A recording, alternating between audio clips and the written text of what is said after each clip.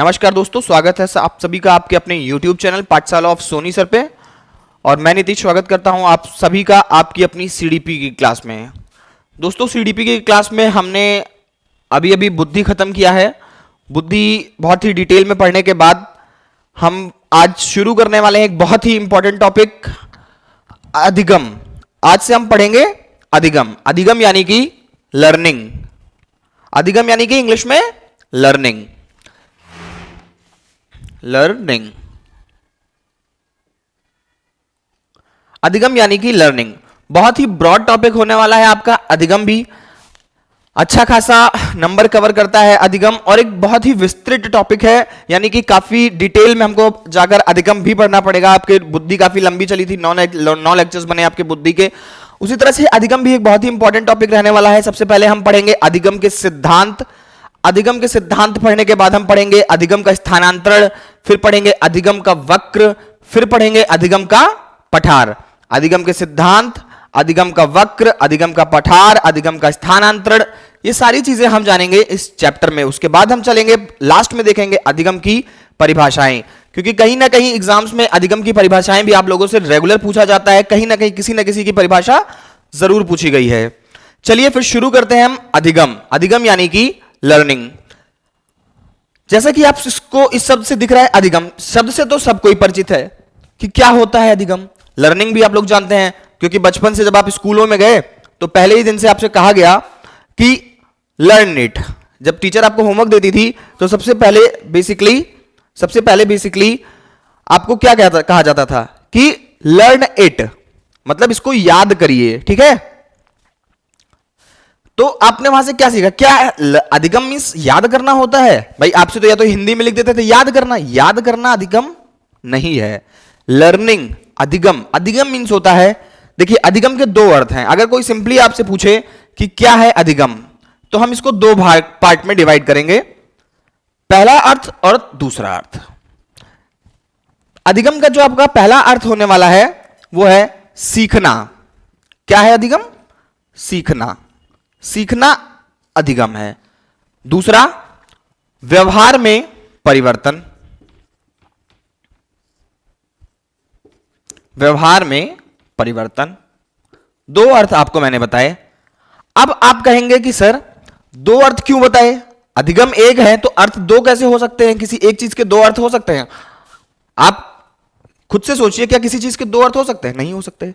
देखिए, अगर हम बात करेंगे कि सिंपली आपसे कोई पूछ ले क्या है अधिगम, तो संकुचित अर्थ क्या मतलब, अगर एक माइन्यूट सा, जो एक कम पढ़ा लिखा व्यक्ति भी होगा जिसने डिटेल में अधिगम को नहीं पढ़ा होगा, वो क्या कहेगा? फट से आप पूछेंगे अधिगम क्या है, वो कहेगा सर सीखना। खत्म कहानी। उसकी बात सिर्फ यहीं तक आ जाएगी कि अधिगम का मतलब होता है सीखना। वही जब हम बात करेंगे अधिगम के एक डिटेल्ड अर्थ की कि क्या होता है अधिगम, आप कहेंगे, क्योंकि आपने अधिगम पढ़ रखा है, तो आप क्या कहेंगे? व्यवहार में परिवर्तन। भाई हमने कुछ सीखा और उसके रिजल्टेंट हमको ना मिले, हमने लाख सीख लिया, हमारे अंदर लाखों ज्ञान भरा पड़ा है, लेकिन अगर उसके थ्रू हमको कोई परिवर्तन हमारे अंदर ना दिखे, हमारे अंदर कोई परिवर्तन ना दिखे, जैसे आप छोटे से बच्चे थे और आज आपके अंदर नैतिकता शून्य थी शैशवावस्था में। ठीक है, आपके अंदर पहले नैतिकता शून्य थी, आज आप पहुंच गए हैं किशोरावस्था में, और किशोरावस्था में पहुंचने के बाद भी अगर आप शैशवावस्था जैसा ही व्यवहार करें और आपके अंदर लाखों ज्ञान भरा पड़ा हो, तो हम तो यही कहेंगे कि बिल्कुल बच्चे के बच्चे ही रह गए। यही तो कहते हैं कि बिल्कुल बच्चे के बच्चे ही रह गए, कोई परिवर्तन आया ही नहीं। तो होता क्या है कि जब आपका कोई अधिगम होता है, आप कुछ सीखते हैं, उसके फलस्वरूप जब आपके व्यवहार में एक परिवर्तन आता है, आपके व्यवहार में जब एक परिवर्तन आता है, तो उसको कहते हैं हम अधिगम। क्लियर हुआ अधिगम? अधिगम क्लियर? अधिगम का अगर कोई पूछे कि अधिगम दो प्रकार के, अधिगम का पहला अर्थ संकुचित अर्थ जो है, एक सेकेंड, अधिगम का जो है संकुचित अर्थ, यह है आपका अधिगम का संकुचित अर्थ। अधिगम का संकुचित अर्थ, और यह क्या है? व्यापक अर्थ। व्यापक अर्थ है ये अधिगम का। ठीक, अब अगर अधिगम व्यवहार में परिवर्तन है, फिर दूसरा क्वेश्चन यहां से आपके एग्जाम्स में सबसे ज्यादा जो प्रश्न उठता है कि अगर अधिगम व्यवहार में परिवर्तन है तो कैसा परिवर्तन है, स्थायी परिवर्तन है कि अस्थायी परिवर्तन है। भाई अब तो यहां से सबसे बड़ी बात तो यही उठती है कि अगर अधिगम परिवर्तन है तो कैसा परिवर्तन है, स्थायी परिवर्तन है कि अस्थायी परिवर्तन है। चलिए इसको भी देखते हैं, हम दो पार्ट करते हैं इसके भी। देखिए इंसान के व्यवहार में जो परिवर्तन है वो किन किन चीजों के फलस्वरूप आ सकता है। कुछ कारण होंगे जिनके फलस्वरूप ही तो परिवर्तन आएगा, ऐसा तो है नहीं कि ऐसे ही परिवर्तन आ जाता है। कुछ कारण होते हैं भैया परिवर्तन लाने के। तो किन किन कारणों से इंसान के व्यवहार में परिवर्तन होता है ये आप सब सोच सोच के जल्दी जल्दी बताएंगे। देखिए अगर इंसान के व्यवहार में परिवर्तन आता है तो आप कोई नई चीज सीखते हैं, आपने कहीं कोई चीज अनुभव की तो आपके व्यवहार में क्या आएगा, परिवर्तन, अनुभव। ठीक। दूसरी चीज, अगर आपको हम किसी चीज के लिए ट्रेनिंग दें, अगर आपको कहीं ले जाएं और किसी चीज की ट्रेनिंग दें तो यानी कि आपके अंदर कोई चेंज आएगा। दूसरा कारण प्रशिक्षण, अनुभव यानी कि एक्सपीरियंस, ट्रेनिंग यानी कि प्रशिक्षण, अनुभव, प्रशिक्षण। ठीक। तीसरी चीज जो है वो अगर लगातार आपको किसी ना किसी चीज पे हम आपको अभ्यास कराते रहें, ठीक है, अगर आपको हम अभ्यास कराते रहें किसी चीज का तो भी आपके व्यवहार में कहीं ना कहीं कुछ ना कुछ परिवर्तन आएगा। तो तीसरी चीज आपकी होती है अभ्यास यानी कि एक्सरसाइज, अनुभव, प्रशिक्षण, अभ्यास। इन तीनों चीजों से आपके व्यवहार में परिवर्तन आते हैं। और क्या क्या कारण होते हैं जिनकी वजह से हमारे व्यवहार में परिवर्तन आते हैं। अगर आप बीमार हो जाएं, अगर आपको कोई बीमारी घेर ले तो भी आपके व्यवहार में परिवर्तन आता है। तो बीमारी हो गया, ठीक है। बीमारी के बाद और कौन किन चीजों से, अगर आप थक जाते हैं तो आपके व्यवहार में परिवर्तन, थकान, संवेग कोई आ जाए आपके अंदर तो संवेगों की वजह से परिवर्तन, मूल प्रवृत्ति, संवेग, मूल प्रवृत्ति। फिर अगर आप मादक पदार्थ का सेवन करते हैं, मादक पदार्थ यानी कि कोई नशीला पदार्थ, अगर आप अचानक से मान लिया ले लिया आपने एक क्वार्टर, पी लिया, तो पीने के बाद भी आपका व्यवहार क्या वैसा ही नॉर्मल व्यवहार रह जाता है जैसा कि आप हमेशा करते थे? क्या आप उतने ही नॉर्मल रहते हैं? अगर मान लीजिए कि आपने किसी भी प्रकार के मादक पदार्थ का या नशीले पदार्थ का सेवन कर लिया तो क्या आपके व्यवहार में कोई परिवर्तन नहीं आता है? आपकी तो बातें ही बदल जाती हैं, आप सातवें आसमान पे होते हैं, ना देख रहे हैं कौन छोटा है ना बड़ा है, जो मन में आया बक दिया। तो यही होता है कि अगर आप मादक पदार्थों का भी सेवन करेंगे तो भी आपके व्यवहार में परिवर्तन आता है। तो मादक पदार्थ का सेवन, मादक पदार्थ के सेवन से व्यवहार में परिवर्तन। फिर एक और चीज आती है, धीरे धीरे जैसे जैसे आप परिपक्व होते हैं आपकी जो लाइफ में चेंजेस आते रहते हैं। आप शैशवावस्था में तो कुछ और व्यवहार, बाल्यावस्था में तो कुछ और व्यवहार, किशोरावस्था में थोड़ी सी परिपक्वता आती है तो कुछ दूसरा ही व्यवहार होता है। तो मतलब जैसे जैसे एज बढ़ती जा रही है वैसे वैसे हमारा व्यवहार भी चेंज होता जा रहा है। तो परिपक्वता की वजह से व्यवहार में परिवर्तन, परिपक्वता। तो ये सारे के सारे कारण रहे आपके जिनकी वजह से आपके व्यवहार में परिवर्तन आता है। ठीक।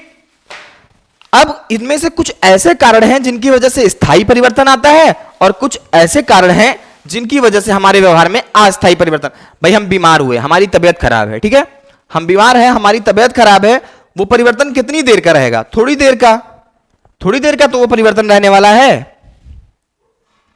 तबीयत सही हुई, व्यवहार चेंज, नशा उतरा, व्यवहार चेंज, संवेग गायब, व्यवहार चेंज, रात भर सो लिए, थकान खत्म, सुबह उठे फ्रेश माइंड से, हंस रहे हैं, रात को सबको चिल्ला चिल्ला के डांट रहे थे। तो ये जो आपके कारण हैं इनकी वजह से जो चेंज आता है वो आता है स्थायी परिवर्तन। जब आप किसी चीज पे प्रशिक्षण करते हैं, अनुभव आता है, अभ्यास करते हैं तो आपके अंदर आता है स्थायी परिवर्तन। वही जब ये सारे कारण आते हैं आपके अंदर तो इसके वजह से आपके व्यवहार में जो परिवर्तन आता है वो होता है अस्थायी परिवर्तन। कैसा परिवर्तन? अस्थायी परिवर्तन। ठीक है, ये आपका हो गया स्थायी परिवर्तन, ये हो गया आपका अस्थायी परिवर्तन। अब अधिगम क्या है? तो अधिगम स्थायी परिवर्तन है। अधिगम क्या है? अधिगम आपका स्थायी परिवर्तन है, क्योंकि जो चेंज परमानेंट ही नहीं है वो अधिगम नहीं होता है। तो इसीलिए ये नहीं होता है। आपका जो अधिगम होता है, अधिगम स्थायी परिवर्तन होता है और वो आता है अनुभव, प्रशिक्षण और अभ्यास के द्वारा। अनुभव, प्रशिक्षण और अभ्यास के द्वारा आपके अंदर आता है स्थायी परिवर्तन। समझ में आ गया? चलिए एक बार जल्दी जल्दी से जो लोग अभी ज्वाइन किए हैं उनके लिए जल्दी से रिपीट करते हैं। अधिगम, अधिगम यानी कि इंग्लिश में बोलते हैं लर्निंग। अधिगम का अर्थ क्या है? अधिगम का अर्थ होता है सीखना, सीखना, और दूसरा अर्थ होता है व्यवहार में परिवर्तन। अगर कोई किसी भी व्यक्ति जिसने अधिगम नहीं पढ़ के रखा है उससे आप पूछेंगे तो वो कहेगा कि अधिगम का अर्थ होता है सीखना। इसीलिए कहा गया कि संकुचित अर्थ होता है अधिगम का, संकुचित अर्थ है अधिगम का सीखना।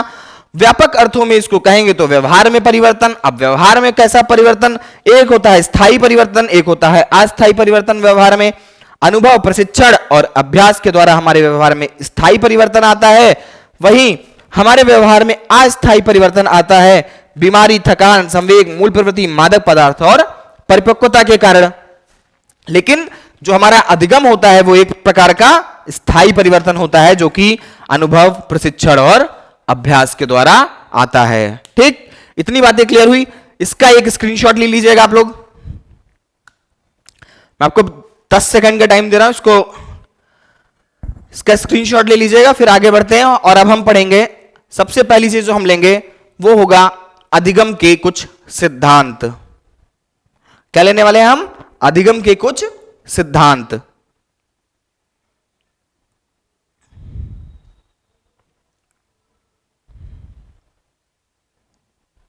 चलिए बात करते हैं, आगे बढ़ते हैं। और अब हम लेने वाले हैं अधिगम के कुछ सिद्धांत। बात करेंगे हम अधिगम के कुछ सिद्धांतों की, कि अधिगम के कौन कौन से सिद्धांत होते हैं। तो शुरू करेंगे हम, और सबसे पहला सिद्धांत जो हम लेने वाले हैं वो है एडविन रे गुथरी का सिद्धांत। एडविन रे गुथरी का सिद्धांत है जो हम लेने वाले हैं।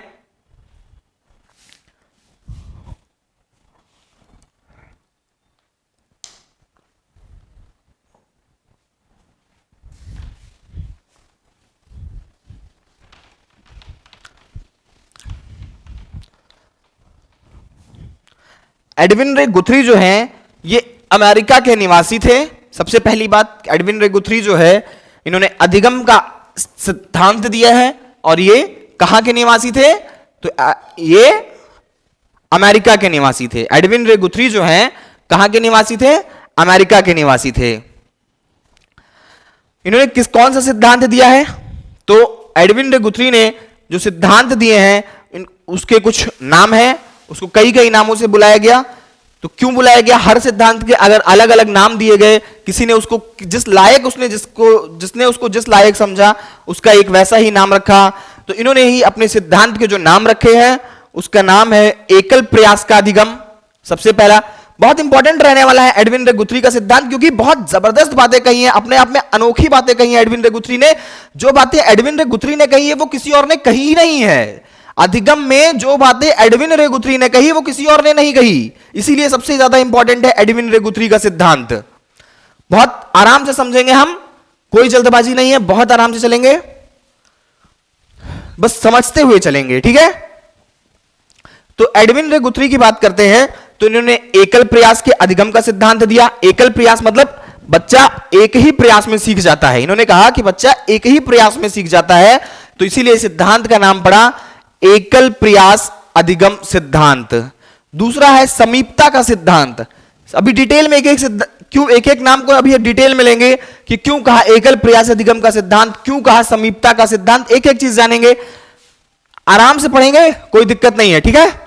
एकल प्रयास का सिद्धांत, समीपता का सिद्धांत और उद्दीपक अनुक्रिया सहचर का सिद्धांत। अनुक्रिया SR का सिद्धांत नहीं है, स्टिमुलस रिस्पॉन्स। क्या है? अनुक्रिया 2 बार, स्टिमुलस SS एसोसिएशन, एसोसिएशन, उद्दीपक अनुक्रिया, सॉरी एक मिनट, स्टिमुलस नहीं, इनका है SR उद्दीपक अनुक्रिया सहचर्य सिद्धांत, यानी कि SR एसोसिएशन, SR दिख रहा है, S R association, S R association, उद्दीपक अनुक्रिया सहचर्य। एस आर बॉन्ड नहीं है, एस आर बॉन्ड किसी और ने नहीं दिया है, वो हम आगे पढ़ने वाले हैं। अभी हम क्या पढ़ रहे हैं, एस आर एसोसिएशन। चलिए अब इस सिद्धांत को, इनके सिद्धांत को हम डीप में लेते हैं और देखते हैं क्या क्या बातें कही है इन्होंने अपने सिद्धांत में।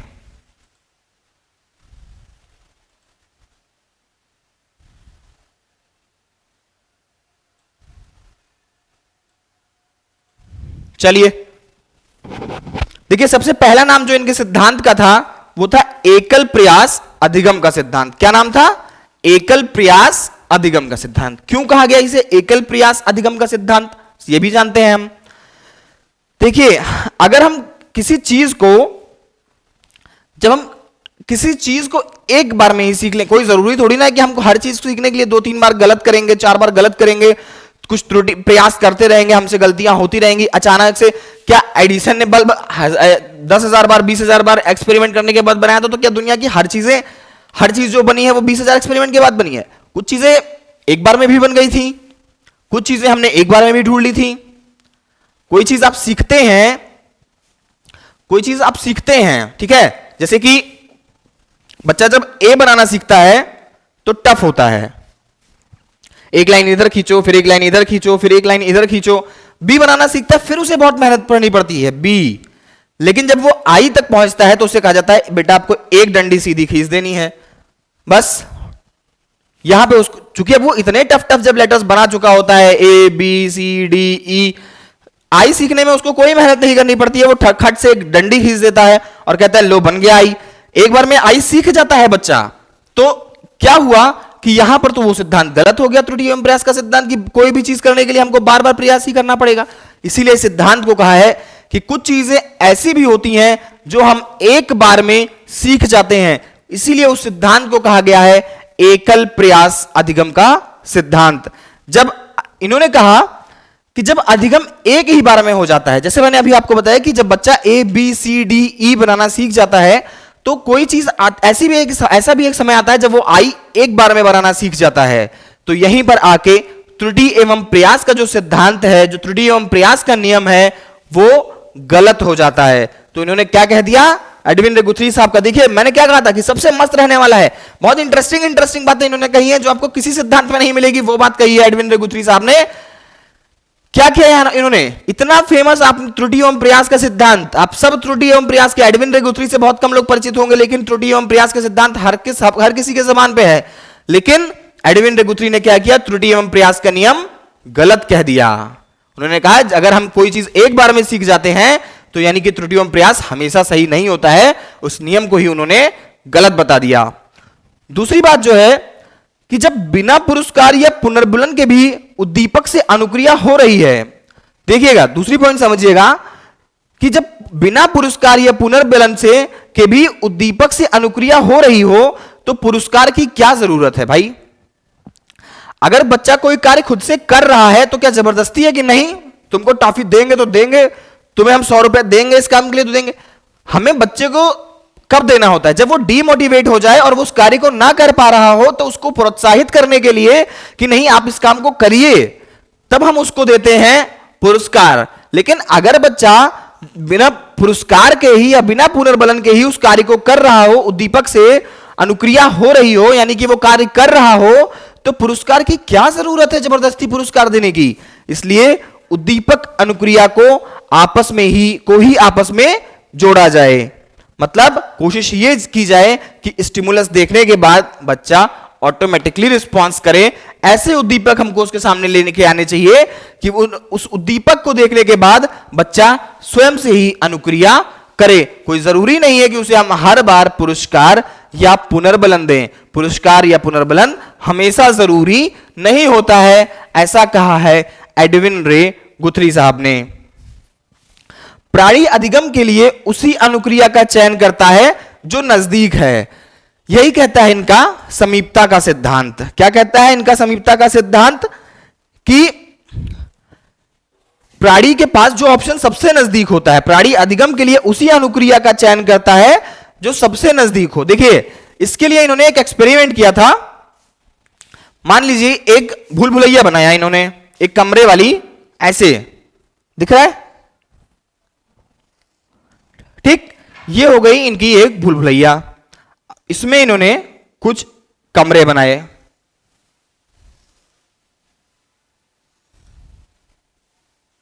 ये एक पजल बॉक्स था, ठीक है। अब इसमें इन्होंने कुछ कमरे बनाए, बिल्ली को रखा इस कमरे में, यहां पे है आपकी बिल्ली। अब बिल्ली चाहे उन्होंने इसमें कुछ दरवाजे लगा दिए, एक दरवाजा यहां लगाया, एक दरवाजा यहां लगाया, ठीक है। अब बिल्ली यहां खड़ी है, उसको यहां से दिख रहा है कि यहां से निकलेंगे सर से बाहर। अब फिर एक क्या किया इन्होंने, एक दरवाजा यहां लगाया, लेकिन इसके आगे देखिए यहां पे बंद दिख रहा है, एक दरवाजा यहां लगाया, एक दरवाजा यहां लगाया, और फिर जाके एक दरवाजा यहां लगा दिया, ठीक है। तो अब बिल्ली के पास बाहर निकलने के दो रास्ते हैं, कि वो चाहे तो यहां से सट से बाहर, वो चाहे तो यहां मुड़े, ये दरवाजा देखे, इस रूम में आए, यहां से यहां आ जाए, फिर यहां से यहां आ जाए, और यहां से यहां निकल जाए बाहर। अब बिल्ली भी सोचेगी, यही कहता है इनका समीपता का सिद्धांत। आप अच्छा देखिए, बिल्ली छोड़ दीजिए, आप क्या करते हैं, मान लीजिए आपके ऊपर अभी कोई आफत आ जाए, आप बैठे हैं, आप कहां से भागेंगे? अगर पीछे वाले रूम में बैठे हैं आप, और उससे बाहर वाली रोड पे निकलने का रास्ता है सीधा, तो आप पहले उस गेट को खोल के सट से बाहर निकलेंगे, कि कहेंगे नहीं आफत कितनी भी बड़ी हो मेन गेट से ही निकलेंगे, क्योंकि मेन गेट बड़ा बनवाया था? ऐसा तो कोई नहीं करेगा ना, कि कोई भी दिक्कत आई हो तो हमने मेन गेट बड़ा बनवाया है तो मेन गेट से, भाई जो रास्ता सामने दिख रहा है सट से बाहर निकलो। यही कहता है इनका समीपता का सिद्धांत, कि प्राणी अधिगम के लिए उसी अनुक्रिया का चयन करता है जो सबसे नजदीक है। मतलब जहां से अधिगम सबसे तेजी के साथ हो सकता है, जहां पर अधिगम सबसे तेजी से होगा, प्राणी उसी अनुक्रिया का चयन करेगा। मतलब जहां पर उसको रिजल्ट सबसे तेज मिलने वाला होगा, सबसे फास्ट रिजल्ट मिलने वाला होगा। आप लोग अपने आप को ही ले लीजिए, अगर कोई नॉर्मल तरीके से आपको थ्योरी पढ़ा रहा हो, आप लोग कम पसंद करते हैं।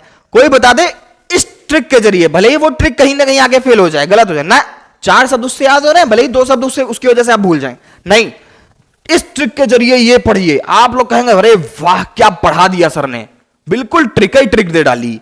आप पढ़ना वही पसंद करते हैं क्योंकि आपके अंदर भी एक भावना पाई जाती है कि जहां से अनुक्रिया तेज हो, जहां से रिजल्ट तेज मिले, हमको वहीं से अपना अधिगम करना है जहां से हमको रिजल्ट बहुत तेजी के साथ मिले। तो वही एक्सपेरिमेंट था इनका cat in a puzzle box का, कि प्राणी अधिगम के लिए उसी अनुक्रिया का चयन करता है जो सबसे नजदीक है। यही है इनके समीपता का सिद्धांत। आगे बढ़ते हैं और देखते हैं इन्हीं के सिद्धांत से कुछ और बातें। बहुत ही मस्त सिद्धांत बनाया था एडविन रे गुदरी साहब ने, मजा आ जाता है इनका सिद्धांत पढ़ने में, क्योंकि इनका सिद्धांत बहुत ही इंटरेस्टिंग सिद्धांत है। ये समझ में आ गया ना cat in a puzzle box वाला?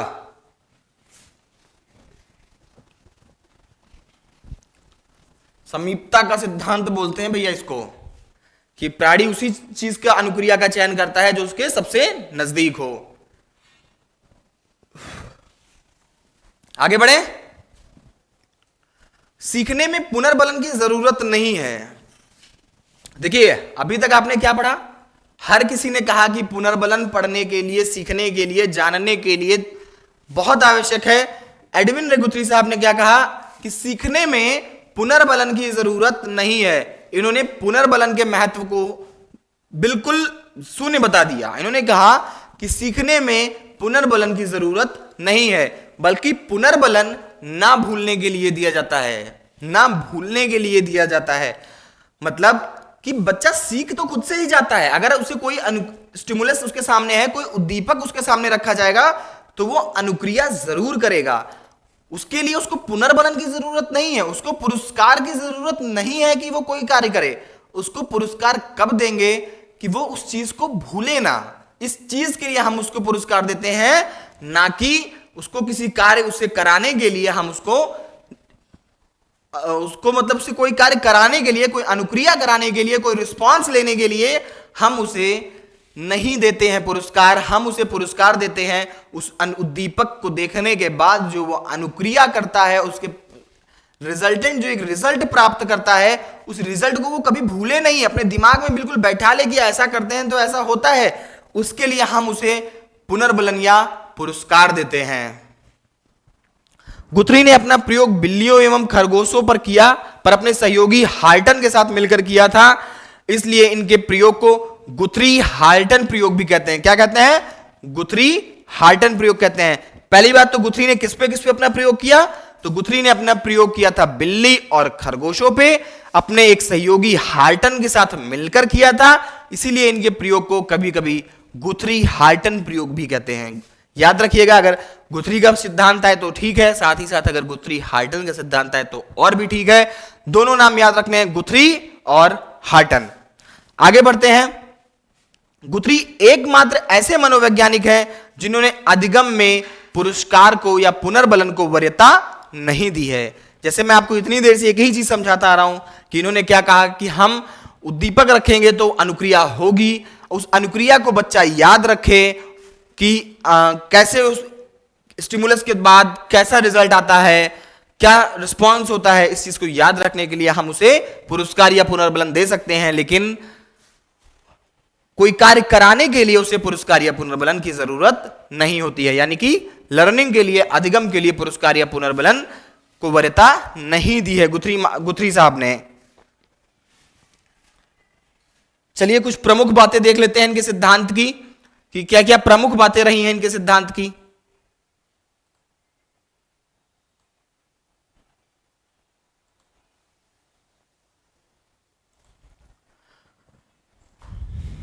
प्रमुख बातें, ठीक है, प्रमुख बिंदु दिख रहा है आप लोगों को। गुथरी ने अपना प्रयोग अपनी प्रसिद्ध पुस्तक cat in a puzzle box में प्रकाशित किया। ठीक है, गुथरी ने अपना प्रयोग cat in a puzzle box, मतलब एक बिल्ली पजल बॉक्स में एक किताब है उसमें इन्होंने प्रकाशित किया, और उसी पे अपना एक्सपेरिमेंट भी किया था, समीपता का सिद्धांत भी इन्होंने उसी पे दिया था। इन्होंने वहीं से अधिगम में आया कि कैसे किसी को पुरस्कार की जरूरत नहीं है।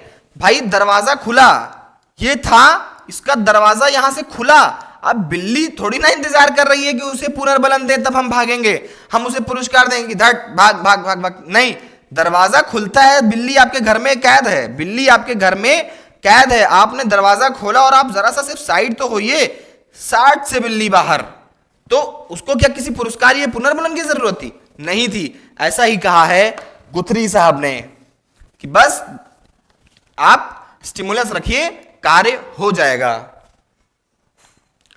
तो गुथरी ने अपना प्रयोग प्रसिद्ध पुस्तक तक cat in a puzzle box में प्रकाशित किया। इन्होंने कहा कि प्राणी क्योंकि एक ही बार सीखता है, इसलिए त्रुटि एवं प्रयास का नियम गलत है। बहुत ही बड़ी पॉइंट है ये, याद रखिएगा कि त्रुटि एवं प्रयास के नियम को किसने गलत कहा है? तो त्रुटि एवं प्रयास के नियम को गुथरी साहब ने बिल्कुल से ही गलत कह दिया है। इन्होंने कहा अगर प्राणी एक बार में ही सीख लेता है तो त्रुटि एवं प्रयास का नियम गलत हो जाता है, क्योंकि प्राणी बिना पुरस्कार के भी सीखता है, अतः प्रभाव का नियम भी गलत है। इन्होंने थॉर्नडाइक का जो प्रभाव का नियम था उसको भी गलत बता दिया। इन्होंने कहा क्योंकि प्राणी बिना पुरस्कार के भी सीखता है, इसलिए प्रभाव का नियम भी गलत है। तो पुनर्बलन का नियम, पुनर्बलन को बिल्कुल वरीयता नहीं दी। इन्होंने त्रुटि एवं प्रयास का सिद्धांत को गलत बता दिया, इन्होंने प्रभाव के नियम को भी गलत बता दिया। तो इतनी सारी बातें रही गुथरी साहब के बारे में। एडविन रे गुथरी जो कि अमेरिका के रहने वाले थे, और इन्होंने cat in a puzzle box नाम की प्रसिद्ध पुस्तक में अपना सिद्धांत निकाला। इनके सिद्धांत को आप लोगों एकल प्रयास अधिगम के सिद्धांत, समीपता का सिद्धांत, SR एसोसिएशन का सिद्धांत, इन नामों से आप इसको बहुत ही आराम से, बहुत ही डिटेल में समझ चुके हैं। कोई क्वेश्चन हो अगर एडविन रे गुथरी से तो कमेंट बॉक्स में डालिए, उसके आंसर्स आपको मिल जाएंगे। समझ में आ गया ना एडविन रे गुथरी? एडविन रे गुथरी से तो कोई दिक्कत नहीं है ना, जितना समझाया समझ में आ गया, तो इसके बाहर कुछ आने का भी नहीं। मैक्सिमम पोर्शन था जो एडविन रे गुथरी का के सिद्धांत से लिया गया, मैक्सिमम से मैक्सिमम बातें इनमें कवर कर ली गई है जो आपके एग्जाम के लेवल में आ सकती थी। आगे बढ़ते हैं, अब आगे बढ़े, एक और व्यक्ति को लेते हैं। अगला व्यक्ति जो हम लेने वाले हैं वो है आपका एडवर्ड टॉलमैन, नाम सबने सुना होगा टॉलमैन, एडवर्ड टॉलमैन। चलिए एडवर्ड टॉलमैन के बारे में जाने।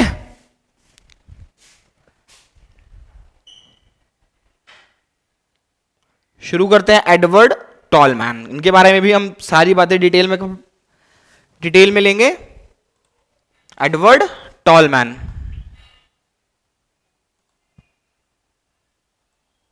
सबसे पहली बात इनके सिद्धांत के नाम, कौन कौन से सिद्धांत हैं इनके सिद्धांत के कौन कौन से नाम हैं? तो इनके सिद्धांत को अलग अलग नाम दिए गए हैं।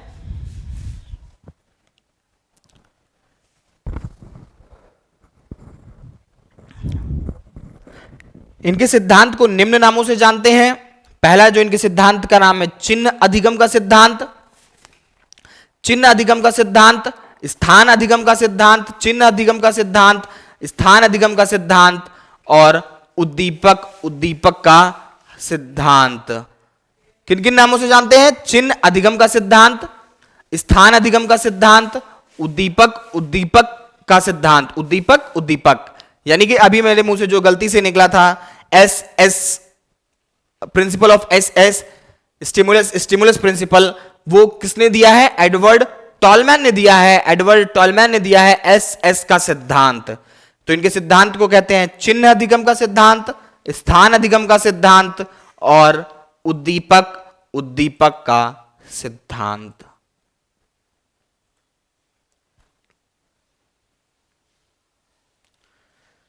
चलिए और बातें करते हैं हम। बात करते हैं हम इनके सिद्धांत के बारे में, ठीक है। देखिए इन्होंने कहा है कुछ, देखिए यहां पे आपके जो दिख रहा है उससे कुछ चीजें अलग हैं, जो आपके सामने वो गलत नहीं है, थोड़ा सा लिखने में क्लियर नहीं रहा है। देखिए पहला जो सिद्धांत का इनके नाम है वो है आपका चिन्ह अधिगम सिद्धांत। क्या है? चिन्ह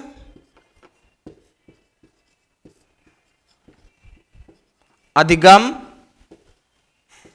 सिद्धांत। जल्दी जल्दी देख लीजिए, 5 नाम है। चिन्ह अधिगम सिद्धांत, चिन्ह अधिगम सिद्धांत, ठीक है।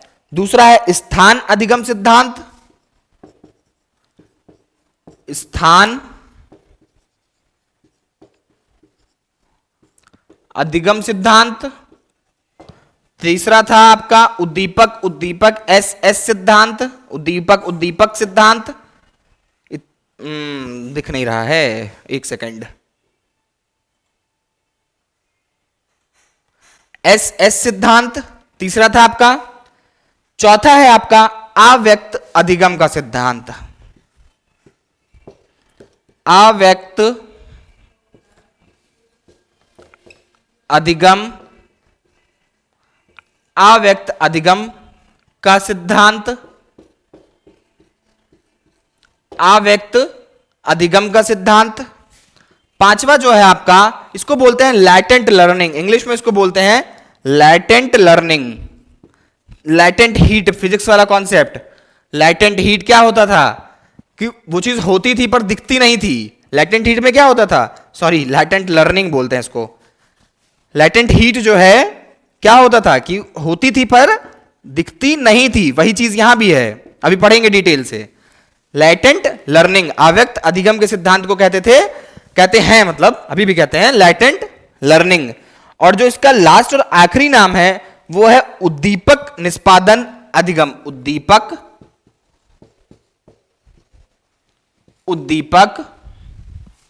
निष्पादन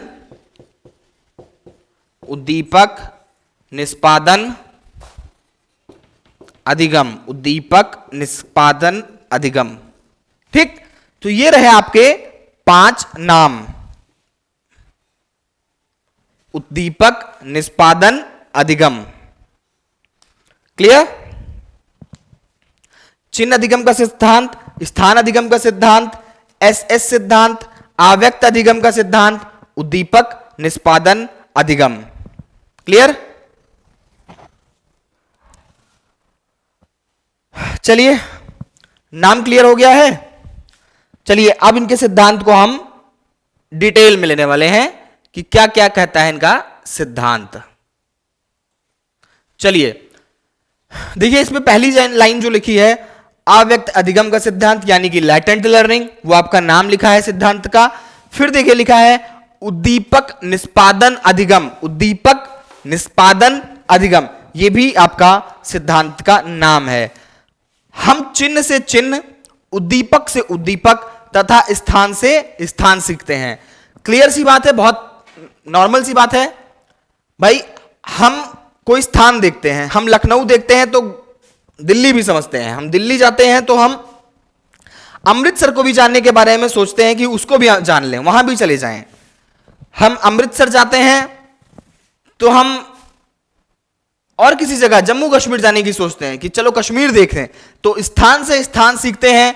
जब हमने पहला ब्रैकेट बनाना सीखा ऐसे कि ये ब्रैकेट, तो समझ में आया कि ऐसा भी ब्रैकेट होता होगा। कॉमा सीखा तो फुल स्टॉप सीखने की बात भी आई। तो सिंपल सी बात है कि हम कोई चिन्ह देखते हैं। जब रोड साइन जब पढ़ते थे, जब बचपन में सबसे पहला सिद्धांत ऐसे आता था और इसमें एक डायरेक्शन ऐसे बनी होती थी, तो क्या कहता है, फिर जब ऐसे बना होता था तो क्या होता था, ये सब क्या है, ये सब बेसिकली एक चिन्ह ही तो है। तो इन चिन्हों के माध्यम से हमने चिन्ह से चिन्ह सीख लिया, हमने स्थान से स्थान, हम स्थान से स्थान सीखते हैं। साथ ही साथ एक उद्दीपक जब आता है तो दूसरे उद्दीपक के बारे में हम पता करते हैं। तो यही कहता है कि हम चिन्ह से चिन्ह, स्थान से स्थान, उद्दीपक से उद्दीपक के बारे में सीखते हैं। हमारा अधिगम चिन्हों से होता है, इस दौरान अनुक्रिया मायने नहीं रखती। भाई देखिए, हम जो बेसिकली हमारा जो अनुक्रिया होती है वो कैसे होती है, हमारी जो अनुक्रिया होती है वो हमारा मस्तिष्क कैसे प्रोसेस करता है, हमने हमारे उद्दीपक कैसे हैं, हमारे उद्दीपक कैसे हैं, इस बात को लेके मायने रखती है आपकी अनुक्रिया। ठीक है, उद्दीपक जो है, कैसा उद्दीपक आपके सामने रखा गया है, हमने अनुक्रिया किया कि इस बात से कोई निर्भर नहीं करता। आपके सामने आप भूखे हैं, स्टिमुलस में या उद्दीपक में हम आपके सामने लाके खूब अच्छा सा स्वादिष्ट सा खाना रख दें, ठीक है, खूब अच्छा सा खाना ला दें, क्या आपकी अनुक्रिया वहां मायने रखती है? आपने सीखा क्या? आपको भूख लगी है तो आप खाएंगे। जैसे एक छोटे से बच्चे का एग्जांपल लेते हैं, उसको कुछ नहीं पता होता है कि क्या अनुक्रिया करनी है, उसको भूख लगी है, लेकिन फिर भी हम उसके सामने जब खाना लाके रखते हैं, क्या लाके रखते हैं, खाना लाके रखते हैं, तो वो उसे खाएगा। सीखा क्या उसने खाने के लिए कैसे सीखा? आपके उद्दीपक से सीखा है। उसने उद्दीपक को जाना कि इसको खाएंगे तो पेट भर जाएगा और आराम मिल जाएगा। तो हमारी जो अधिगम होता है, हमारा जो अधिगम होता है वो होता है उद्दीपक के जरिए। अधिगम किसके जरिए होता है? अधिगम होता है आपका उद्दीपक के जरिए। ठीक, अगली बात करते हैं हम कि कई बार हमने अनजाने में सीख जाते हैं, लेकिन पता तब चलता है जब जरूरत हो। यही है आपका अव्यक्त अधिगम का सिद्धांत। देखिए, स्थान, चिन्ह से चिन्ह सीखते हैं, स्थान से स्थान सीखते हैं, समझ में आ गया। उद्दीपक से उद्दीपक सीखते हैं, समझ में आ गया। चौथा पॉइंट जो है आपका वो है अव्यक्त अधिगम का सिद्धांत। क्या है? अव्यक्त अधिगम का सिद्धांत। देखिए, आपको दिख रहा होगा आपकी स्क्रीन पे जो पहला है अव्यक्त अधिगम का सिद्धांत। इसको हम कहीं और लिख दें, ये देखिए यहां लिख दें, दिख रहा है यहां पे देखिए, दिख रहा है अव्यक्त अधिगम का सिद्धांत, अव्यक्त अधिगम का सिद्धांत। ठीक, अव्यक्त अधिगम का सिद्धांत यानी कि लैटेंट लर्निंग। लैटेंट लर्निंग में क्या होता है कि आप चीजों को सीख तो लेते हैं, आप चीजों को के बारे में जानते हैं, लेकिन बताते नहीं किसी को। जब उसका पता कब चलता है? जब उस चीज की आवश्यकता पड़ती है। जैसे मान लीजिए एक सिंपल सी चीज सीख लीजिए, इसका एक बहुत कॉमन से एग्जांपल लेते हैं जो हम और आप अपनी दिन प्रतिदिन की लाइफ में सीखते हैं। जैसे कि आप कहीं से जा रहे थे, आपने कहीं बोर्ड देखा, आपने कहीं पे बोर्ड देखा, ऐसे मान लीजिए यहां पे हम जा रहे थे साइकिल से, आप जा रहे थे, बड़े हो गए आप लोग, सब मोटरसाइकिल वाले हो गए, आप जा रहे थे और कहीं पे लिखा था पाठशाला, कहीं पे लिखा था पाठशाला, ठीक। अब पाठशाला आपने यहां देख लिया, आप रोज इसी रास्ते से आते हैं, रोज इसी रास्ते पे आते हैं, आपकी नजर ऊपर जाती है और ऊपर लगा है बड़ा सा पैम्पलेट पाठशाला। अब आप उस पैम्पलेट को देखते हैं और आपको रट गई पाठशाला की स्पेलिंग, कहीं कोई यूज नहीं हुआ, आपको पता भी नहीं चला कि आपका अधिगम हुआ है, आपको अभी तक नहीं पता कि आपका अधिगम हुआ है। कुछ दिन बाद हुआ क्या कि आप आए पढ़ने, अब आपने खोला YouTube, अब आपने क्या खोला, आपने खोला YouTube, और वहां पे आपको लिखना था पाठशाला ऑफ सोनी सर। किसी ने नहीं बताया आपको पाठशाला की स्पेलिंग, आप दर दर लिखते चले गए पाठशाला ऑफ सोनी सर, ठीक। आपने खट से लिख दिया पाठशाला ऑफ सोनी सर। किसी ने पाठशाला की स्पेलिंग बताई? किसी ने बताई? मैंने बताई? किसी ने बताई थी? नहीं बताई थी। आपने बिल्कुल सही लिखा पाठशाला। आपको पता था आपने कहां से सीखा? आपको नहीं पता है कि आपने कहां से सीखा, लेकिन आपने सीख लिया और आपने वहां से सीखा था। जब आप वो बोर्ड देखते थे वहां पे पाठशाला लिखा था, वहीं पे आपने सीख लिया था पाठशाला, और वहीं से आपको ये पाठशाला ऑफ सोनी सर की स्पेलिंग याद हो गई, और अब आप आ गए पाठशाला ऑफ सोनी सर पे। आया समझ में? क्या होता है अव्यक्त अधिगम का सिद्धांत? कि आपको नहीं पता था कि आपने पाठशाला की स्पेलिंग कहां से सीखी, लेकिन जरूरत पड़ने पे आपके दिमाग में आ गई सही स्पेलिंग और आपने लिख डाला। समझ में आया अव्यक्त अधिगम का सिद्धांत?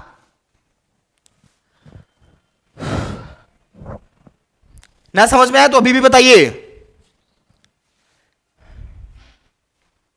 आगे बढ़े? चलिए आगे बढ़ते हैं, और कुछ बातें हैं उनके बारे में भी जान लेते हैं।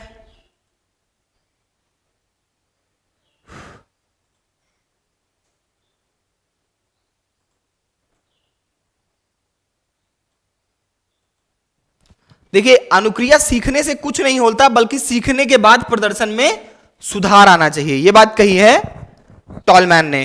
उन्होंने कहा कि आप लाख किसी चीज को जानते हो, आप लाखों किसी चीज के बारे में जानते हो, उसके बारे में आपको सब कुछ पता हो, सीखने से कुछ नहीं होता है। जैसे मैंने आपको पहले ही कहा था कि कोई चीज आपके अंदर लाखों अधिगम बढ़ा पड़ा हो, लेकिन अगर आपके व्यवहार में परिवर्तन ही नहीं है तो कैसा वो अधिगम? यही तो आपको जब लेक्चर शुरू किया तो आपसे यही तो कहा कि आप लाखों चीजों के बारे में जानते हो, लेकिन अगर आपके व्यवहार में परिवर्तन नहीं आता है तो वो अधिगम नहीं है। यही कहा है टॉलमैन ने कि अनुक्रिया सीखने से कुछ नहीं होता, बल्कि सीखने के बाद आपके प्रदर्शन में सुधार आना चाहिए। आप बहुत अच्छे से जानते हैं कि 4 + 4 8 होता है, लेकिन आप अभी भी 6 लिख रहे हैं। आपको आता है जोड़ना, लेकिन आप अभी भी 6 लिख दें यहां पे, तो क्या होगा? कोई मतलब हुआ उस सीखने का? कि हमको एडिशन तो पूरा आता है, लेकिन कोई चेंज ही जब नहीं आया तो क्या मतलब है उस अनुक्रिया का? क्या मतलब है उस अधिगम का? कोई मतलब नहीं है। आगे बढ़े। अपने सिद्धांत के प्रतिपादन के लिए टॉलमैन ने अपना प्रसिद्ध चूहों पर आधारित भूल भुलैया प्रयोग किया था। टॉलमैन ने कौन सा चूहों पर आधारित, मतलब रैट्स पे इन्होंने अपना प्रयोग किया था, और इनका भी प्रदर्शन आधारित था।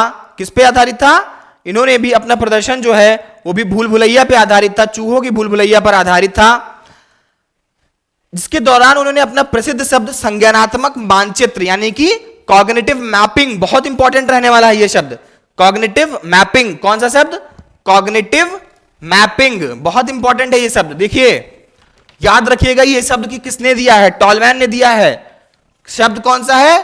Cognitive mapping. कॉग्निटिव मैपिंग बहुत इंपॉर्टेंट वर्ड है, कॉग्निटिव मैपिंग। अपने सिद्धांत के प्रतिपादन के लिए टॉलमैन ने अपना प्रसिद्ध चूहों पर आधारित भूल भुलैया प्रयोग किया, जिसके दौरान उन्होंने अपना प्रसिद्ध शब्द कॉग्निटिव मैपिंग यानी कि संज्ञानात्मक मानचित्र, मतलब हमारे दिमाग में जो कुछ भी आता है हम उसका एक मैप बना लेते हैं अपने दिमाग में, इसी चीज को कहा गया है कॉग्निटिव मैपिंग। टॉलमैन का सिद्धांत व्यवहारवादी एवं संज्ञानात्मक सिद्धांत का संगम है, यानी कि जो आपका संज्ञानात्मक सिद्धांत है जो आपके संज्ञानात्मक सिद्धांत है उसका और जो व्यवहारवादी सिद्धांत है, दोनों को मिला जुलाकर, मतलब जो चीजें व्यवहार में भी प्रयोग होती हैं, साथ ही साथ आपकी अधिगम यानी कि नॉलेज यानी कि कॉग्निटिव यानी कि संज्ञान, इन सब में जो मिला करके जो एक सिद्धांत है उसका समागम किया और फिर इन्होंने टॉलमैन साहब ने अपना सिद्धांत दिया। इनकी एक किताब है cognitive map in rats and main, यानी कि संज्ञानात्मक मानचित्र चूहों और व्यक्तियों में, इंसानों में, तो cognitive map in rats and main. ये रही पूरे के पूरी टॉलमैन की बात। आज आपने अधिगम को जाना, बहुत ही डिटेल में, बहुत ही अच्छे से समझा है अधिगम, समझ में आया अधिगम।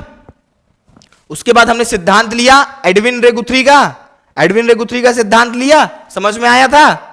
उसके बाद हम टॉलमैन पे आए, टॉलमैन को भी हमने बहुत डिटेल में लिया, जाना टॉलमैन के कुछ सिद्धांतों के नाम, उनके सिद्धांत के अलग अलग 5 नाम बताए मैंने आपको। उसके बाद एक एक सिद्धांत की कैसे किस सिद्धांत का नाम क्यों पड़ा, एक एक चीज बारीकी के साथ हमने समझी है। आई होप आपको भी बहुत अच्छे से समझ में आ गई होंगी, नहीं आई होंगी तो फिर कोई दिक्कत की बात नहीं है, पहली बार पढ़ रहे हैं कोई दिक्कत की बात नहीं है, फिर से पढ़ेंगे, फिर से वीडियो को देखेंगे, फिर भी नहीं समझ में आता है तो कमेंट में बताएंगे कि कौन सा सेक्शन नहीं समझ में आया है, उस पर हम फिर से बात करेंगे। तो इसी के साथ मुझे विदा दीजिए। आप सब वीडियो देखते रहिए, पढ़ते रहिए और साथ ही साथ इसका नोट्स बहुत जरूरी है, उसे बनाते रहिए। तब तक के लिए मुझे विदा दीजिए, टाटा बाय बाय।